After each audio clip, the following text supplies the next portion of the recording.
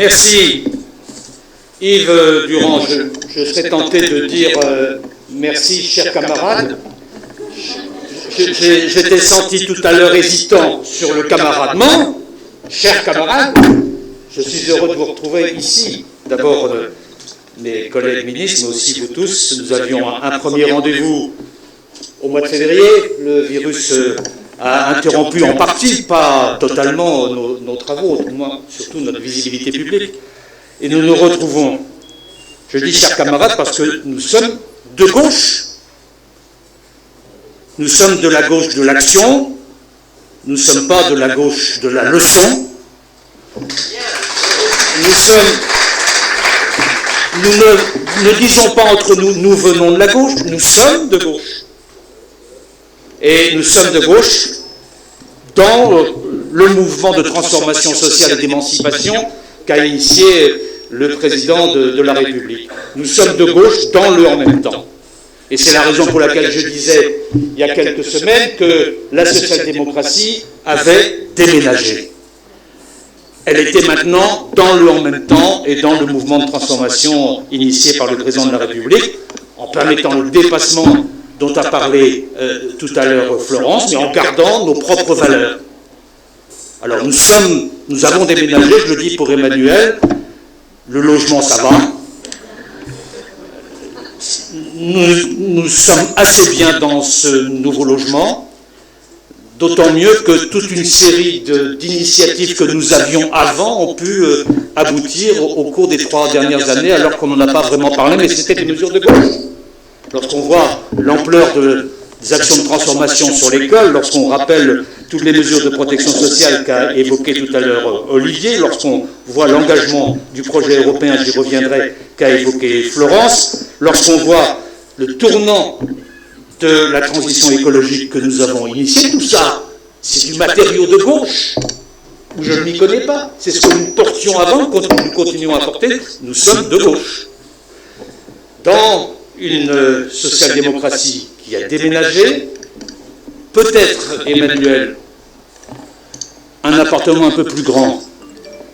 Pour l'avenir, ça sera la maison commune, mais même dans la maison commune, un appartement un peu plus grand, mais pour avoir un appartement plus grand, il faut arriver avec des meubles pour que ça remplisse et que ça donne du sens, et c'est l'objet du travail que vous avez initié les uns et les autres autour de Gilles en particulier.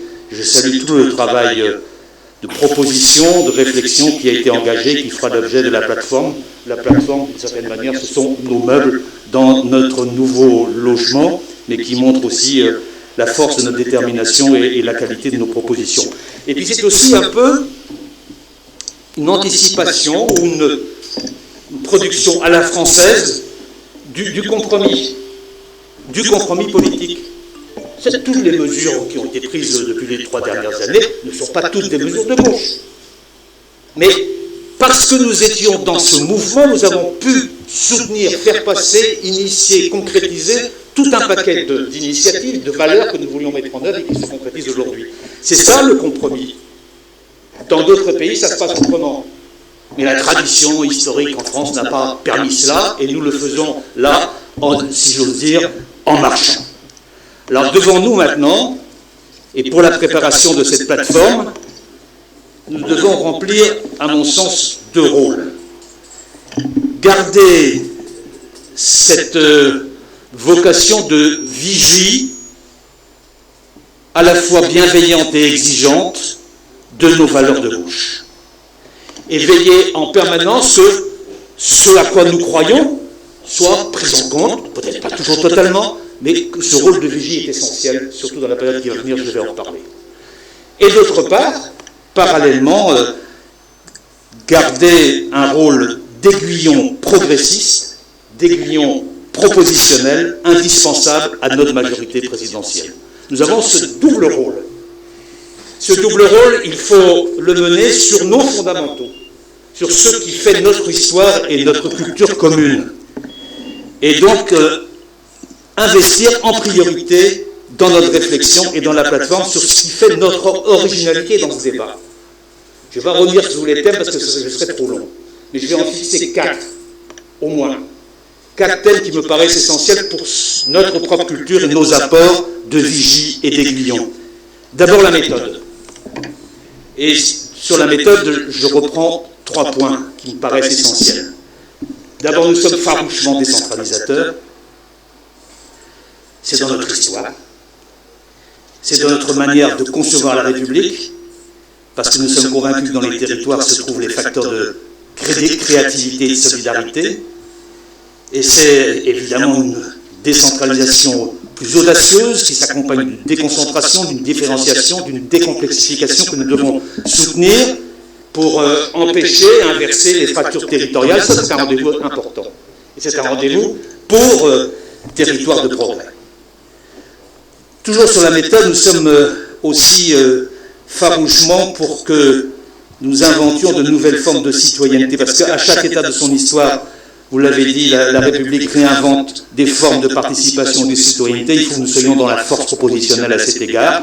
Je vois par exemple dans les rapports que j'ai pu lire que l'on propose des contrats territoriaux de développement écologique pour permettre l'articulation entre l'agir local et l'agir global. Voilà des initiatives, des batailles que nous devons mener, parce qu'on sait très bien que la bataille écologique ne peut pas se gagner par l'ordre d'en haut, elle doit être partagée. Cela fait partie du paquet de nos propositions de territoire de progrès. Et puis, la troisième observation à cet égard sur la méthode, c'est que nous sommes tout à fait convaincus qu'aucune grande réforme ne doit être entreprise en France sans que les partenaires sociaux y soient pleinement associés et sans que leur voix ne soit entendue. Ça ne peut pas dire être d'accord avec tout ce qui est proposé, mais c'est que ce mouvement-là, cette maïeutique-là, soit la nôtre et soit celle à laquelle nous soyons très vigilants, aiguillons en permanence. Ces 3 piliers-là de la méthode me paraissent tout à fait indispensables pour répondre à l'urgence démocratique et pour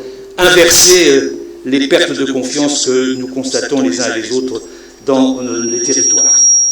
Le deuxième point majeur de notre identité, c'est l'exigence républicaine. Je crois là-dessus, tout à l'heure dans le débat, l'essentiel a été dit, à la fois sur la bataille culturelle que ça représente.